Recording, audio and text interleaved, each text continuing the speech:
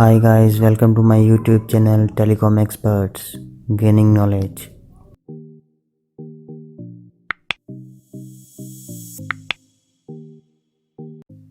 Every new generation of wireless networks delivers faster speeds and more functionality to our smartphones.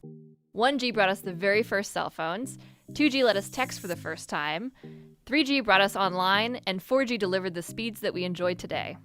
But as more users come online, 4G networks have just about reached the limit of what they're capable of at a time when users want even more data for their smartphones and devices. Now we're headed toward 5G, the next generation of wireless. It will be able to handle 1,000 times more traffic than today's networks, and it'll be up to 10 times faster than 4G LTE.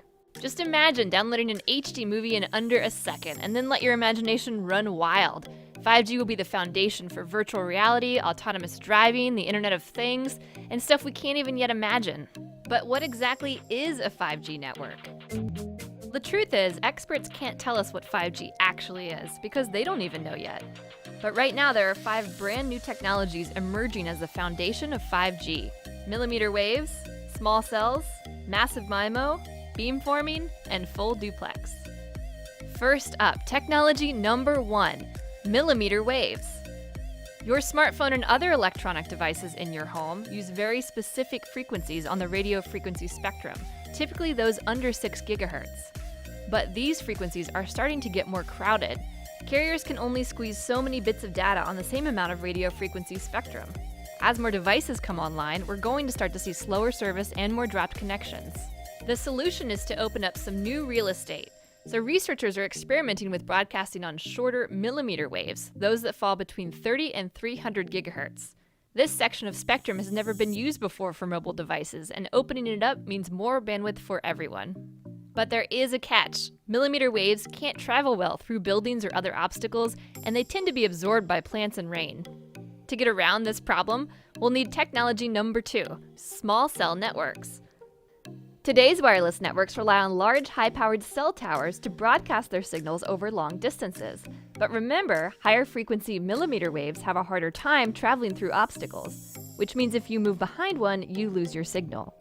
Small cell networks would solve that problem, using thousands of low-power mini base stations. These base stations would be much closer together than traditional towers, forming a sort of relay team to transmit signals around obstacles. This would be especially useful in cities. As the user moved behind an obstacle, his smartphone would automatically switch to a new base station in better range of his device, allowing him to keep his connection. Next up, technology number 3, massive MIMO. MIMO stands for multiple input, multiple output. Today's 4G base stations have about a dozen ports for antennas that handle all cellular traffic. But massive MIMO base stations can support about 100 ports. This could increase the capacity of today's networks by a factor of 22 or more. Of course, massive MIMO comes with its own complications. Today's cellular antennas broadcast information in every direction at once, and all of those crossing signals could cause serious interference. Which brings us to technology number 4, beamforming. Beamforming is like a traffic signaling system for cellular signals. Instead of broadcasting in every direction, it would allow a base station to send a focused stream of data to a specific user.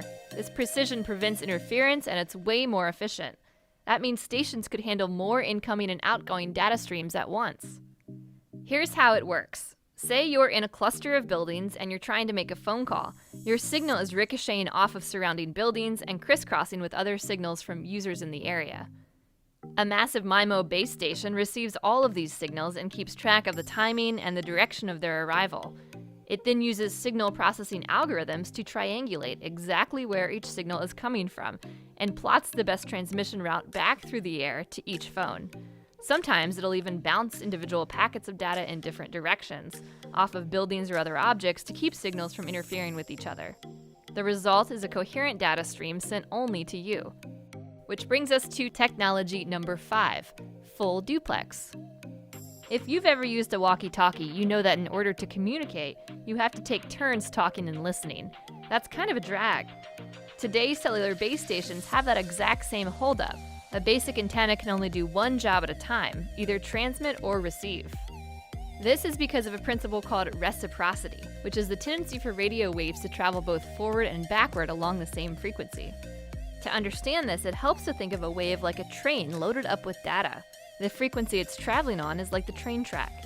And if there's a second train trying to go in the opposite direction on the same track, you're going to get some interference. Up until now, the solution has been to have the trains take turns, or to put all the trains on different tracks or frequencies. But you can make things a lot more efficient by working around reciprocity. Researchers have used silicon transistors to create high-speed switches that halt the backward roll of these waves. It's kind of like a signaling system that can momentarily reroute two trains so that they can get past each other. That means there's a lot more getting done on each track a whole lot faster. We're still working out many of the kinks with millimeter waves, small cell networks, massive MIMO, beamforming, and full duplex. In fact, all of 5G is still a work in progress. It will likely include other new technologies too, and making all of these systems work together will be a whole other challenge. But if experts can figure that out, ultra-fast 5G service could arrive in the next 5 years.